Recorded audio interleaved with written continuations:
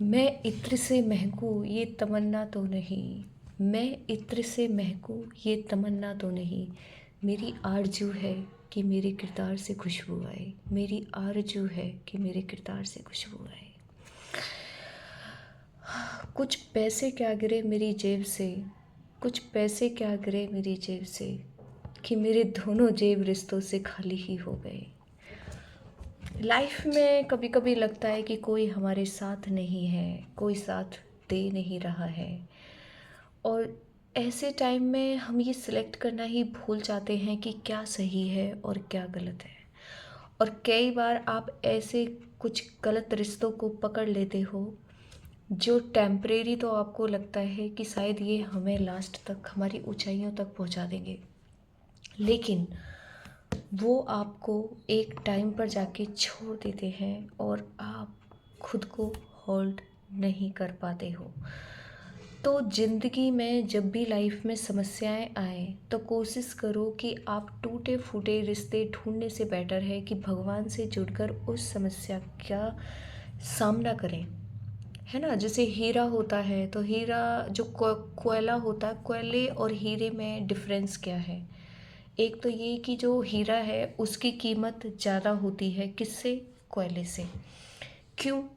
क्योंकि उसने उस टेम्परेचर को झेला होता है जो हर कोयले की ताकत या औकात नहीं होती झेलने की। कुछ लोग होते हैं जो स्ट्रगल करते हैं और लाइफ में एक स्टेज पर पहुंचते हैं, और वो स्ट्रगल भी ज़रूरी नहीं है उन्होंने सिर्फ अपनी लाइफ के लिए ही किया है, वो स्ट्रगल वो दूसरों के लिए करते हैं। जैसे नेशनल मंडेला है, 24 साल 25 साल जेल में वो इंसान रहता है और दुनिया के लिए लड़ता है। महात्मा गांधी को आप देख लो, भगत सिंह, कितने मतलब इज्जतदार या रिस्पेक्टफुल, उनको जितना भी आज आज हम फ्रीडम है ना, तो उन्होंने भी स्ट्रगल किया था ना ज़िंदगी में।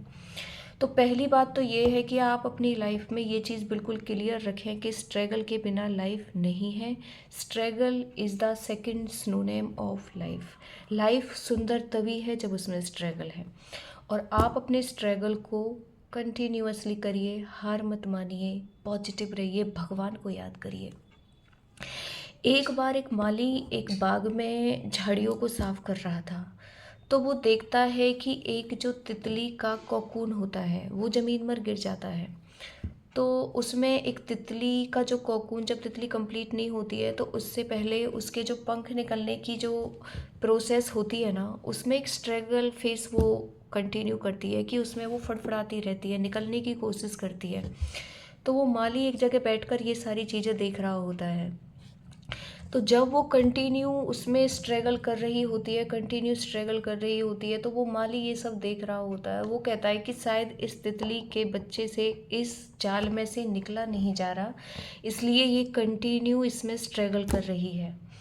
तो थोड़ी देर बाद वो क्या करता है कि उसके हाथ में सीजर होती है और वो उसे काट देता है।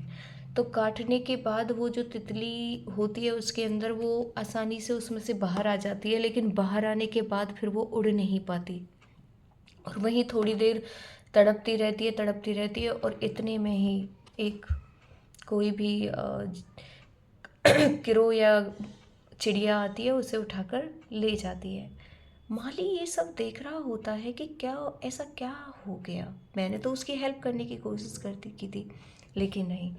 लाइफ में भी हमें कुछ लोग इसी तरह से हेल्प करते हैं जो हमें हेल्प नहीं, हमें पंगु बना देते हैं। जब वो तितली उसमें स्ट्रगल कर रही थी तो ये भगवान की प्रोसेस थी। जब वो स्ट्रगल करती है तो उसकी बॉडी में से एक लिक्विड निकलता है, जिस लिक्विड से उसके पंख निकलते हैं। धीरे धीरे जब पंख निकलते हैं तो वो उड़ना सीख जाती है और उसके पूरे पंख निकल जाते हैं। ऐसे ही जब आप पसीना बहाते हैं तो आपकी बॉडी बनती है। भले ही कुछ कहें कि कितनी मेहनत, लेकिन उस मेहनत का एक एक एक मीनिंग होता है। तो अगर आपकी लाइफ में भी थोड़े स्ट्रगल हैं, दुख हैं, उन हिस्से में आ रहे हैं, तो उनसे ये ना समझें कि मेरी ज़िंदगी तो बेकार है, मेरी ज़िंदगी तो कुछ भी नहीं है। उनको फेस करें और अपने अंदर ताकत पैदा करें। और वो स्ट्रगल किसी भी रूप में हो सकता है, कोई बीमारी के रूप में हो सकता है, कोई जॉब नहीं मिल रही हो स्ट्रगल हो सकता है, नंबर कम आ रहे हो स्ट्रगल हो सकता है, बार बार फेलियर का स्ट्रगल हो सकता है, पैसे का स्ट्रगल हो सकता है, घर में लड़ाइयाँ झगड़े चल रहे हैं उनका स्ट्रगल होता है। B patience, be cool down. थोड़ा भगवान को याद करके उस स्ट्रगल को समझिए और उसमें से निकलने की कोशिश कीजिए, पर अपने पंखों के दम पर, छोटी मोटी किसी से सहानुभूति लेके नहीं। और फिर से मैं अगेन आई रिपीट कि मुझे वो इत्र नहीं बनना जिसमें से कुछ टाइम के लिए खुशबू आती है। मुझे तो अपने किरदार को ही ऐसा बनाना है जिसमें से हमेशा खुशबू आती रहे। All the best.